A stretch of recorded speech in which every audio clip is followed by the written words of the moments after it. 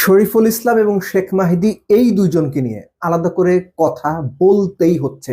শেখ মাহিদি তিনি কি এই বিপিএল এর টপ মোস্ট বা সেরা অলরাউন্ডার? শরীফুল বিপিএল এর এখন পর্যন্ত 8 ম্যাচে 18 উইকেট নিয়ে টপ উইকেট টেকার। এই দুইজনের যে পারফরমেন্স সেটাই চট্টগ্রামকে টপ টিম হওয়ার জন্য সাহায্য করেছে। অথচ যখন নিলাম হয়ে গেল এই চট্টগ্রামকে নিয়ে সবচেয়ে বেশি না হলেও প্রচুর ট্রল হয়েছে।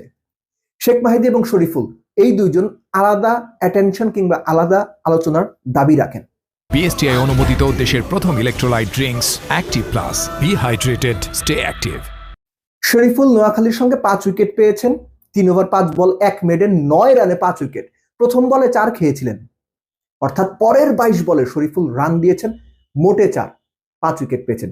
এই শরীফুলকে অ্যাকচুয়ালি মুস্তাফিজুর রহমানের অল্টারনেট হিসেব করা হতো যখন তিনি ন্যাশনাল টিমের সার্কিটে আসলেন, কিন্তু আনফর্চুনেটলি শরীফুলের মধ্যে ওই ফ্লেয়ারটা মাঝে মধ্যে দেখা যায় যে শরীফুলকে খেলা অলমোস্ট আনপ্লেয়েবল হয়ে যায়, আর মাঝে মধ্যে শরীফুল হয়ে যান গড়পড়তা বোলার। শরীফুলের সবচেয়ে বড় যে শক্তির জায়গা সেটা ডানহাতি ব্যাটসম্যানদের এগেনস্টে বল ভেতরে আনা। এই যে নোয়াখালীর বিপক্ষে 5 উইকেট পেলেন, লাস্ট উইকেটটা তার একটা উদাহরণ। তিনি সেটা ওভার 2 উইকেট গিয়েও করতে পারেন, রাউন্ড 2 উইকেট গিয়েও করতে পারেন।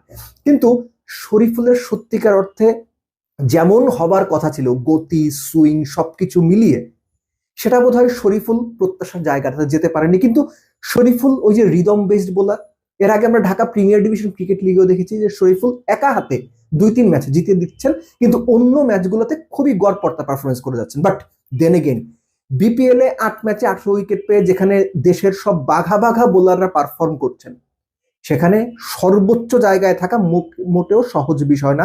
এবং ইন্টারেস্টিংলি তার ইকোনমিও 6.5 নিচে, কত 6.31 সম্ভবত, যেটা মুস্তাফিজের চাইতেও বেটার ইকোনমি।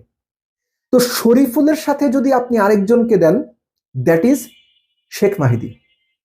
শেখ মাহিদি এই যে নোয়াখালীর সঙ্গে 49 নট আউটের ইনিংসটা খেললেন, আপনি যদি এই টুর্নামেন্টটা দেখেন, 8 ম্যাচে 150 করেছেন, 56 তার এভারেজ, 156 তার স্ট্রাইক রেট। এই তথ্যগুলো শেখ মাহিদি কতটুকু ইফেক্টিভ সেটা আসলে প্রুফ করে না। এবং প্রথম ম্যাচে এই নোয়াখালীর বিপক্ষে 13 বলে 26 করেছিলেন, রংপুরের সঙ্গে 7 বলে 13 নট আউট, সিলেটের সঙ্গে 15 বলে 33 নট আউট। সবশেষ ম্যাচটা রাজশাহীর সঙ্গে ঠিক নোয়াখালী ম্যাচের মতোই ট্রিকি হয়ে গিয়েছিল, 128 বোধহয় চেস করতে গিয়ে এরকম নোয়াখালী ম্যাচের মধ্যে 30 রানের মধ্যে 4 উইকেট গিয়েছিল, সেখানেও 28 রানের খুব গুরুত্বপূর্ণ ঠান্ডা মাথার কার্যকরী ইনিংস খেলেছিলেন। ঠিক নোয়াখালী ম্যাচেও 35 বলে যে 49 করলেন নট আউট, এই ম্যাচেও ওই 30 রানের মধ্যে 4 উইকেট গিয়েছিল, খুব ট্রিকি সিচুয়েশন হয়ে গিয়েছিল। সেখান থেকে মাহিদি ঠান্ডা মাথায় ক্যাপ্টেন হিসেবে দলকে জিতিয়েছেন, man of the match of course, কেননা 12 রান দিয়ে 3টে উইকেটও পেয়েছেন। এই টুর্নামেন্টে এখনো পর্যন্ত মাহিদির 8 ম্যাচে 10 উইকেট, ইকোনমি 6.5।